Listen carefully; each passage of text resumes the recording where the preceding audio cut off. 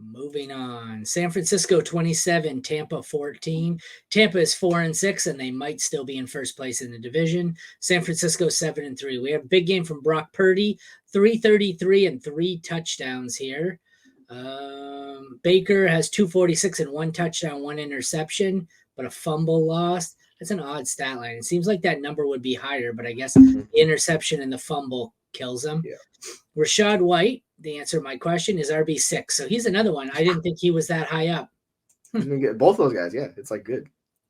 9 carries for 30 yards, but 1 touchdown saves him. He made it all through the passing game. Well, I guess 6 receptions. Not a great game here, but this is why Rashad White is undervalued, because the number, like the end fantasy value, is a lot nicer looking than the stats. Like he has a combined 58 yards here and somehow puts up 18 points. That's ugly. I don't know if I want to bank on that. Edmonds puts up 4 for 8 yards. CMC, 21 carries, 78 yards, 5 for 25 and a touchdown in the air. The receivers, Mike Evans goes 5 for 43, saved by a touchdown. Godwin, 6 for 39, not saved by a touchdown. It's amazing that Raheem Jarrett only had 1 catch on 2 targets, because I swear to God, every time I looked up, Raheem Jarrett was being targeted. So. Breaking news. Tim Boyle is going to start for the Jets at quarterback. They announced that last night, didn't they? It just popped on Fantasy Life.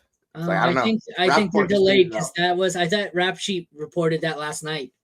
Oh, he could have. Yeah. I don't know. Brandon Ayuk, 5 for 156 and a touchdown. Debo, 3 for 63. Not a great game there.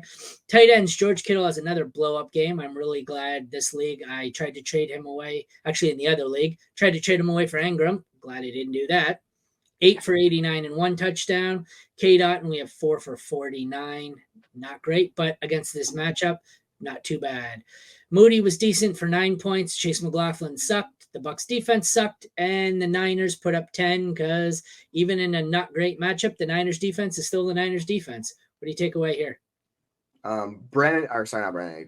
Brock Purdy is legit with the weapons back. Like, I get it, people don't like him, but he's got all those weapons. He's going to be very good, especially when he plays bad defenses. Like, it's good. So I interestingly offered Purdy on a team that I'm tanking for Watson and like a deal, and the guy was like, or not Watson, I was offering Watson for Purdy, like flipping them, because I have injured Watson and he got Purdy. He's like, no. And I was like, all right, whatever.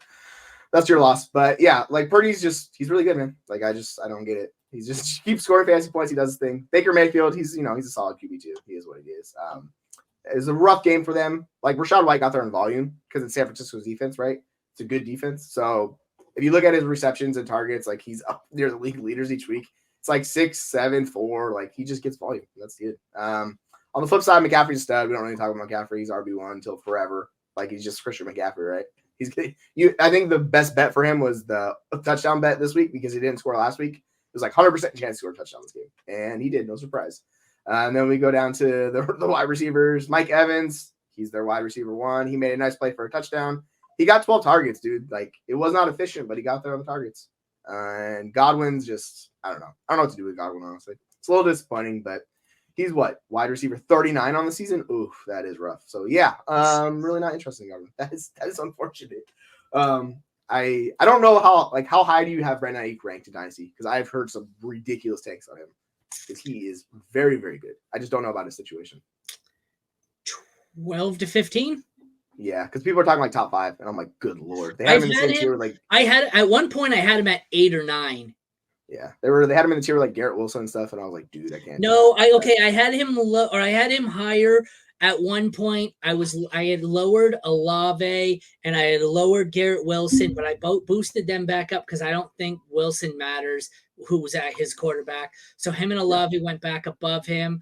Puka, I finally gave in and moved Puka above him. There's 1 or 2 other of the youngsters where I've moved above him, I think, but yeah, I think he's in that range. Like, you could top 15 for me. Yeah, like once you get past like Lamb and those guys, then it's like, you know what, you can make the case for him if you're really bullish. It's just that pass volume is really not there usually. It's like they didn't have a ton of pass attempts last week. They have 25, so it's just really hard for him to be like an elite, consistent wide receiver. If he ever gets in the situation where they're throwing it a bunch, like he's going to be high in wide receiver when he's that good.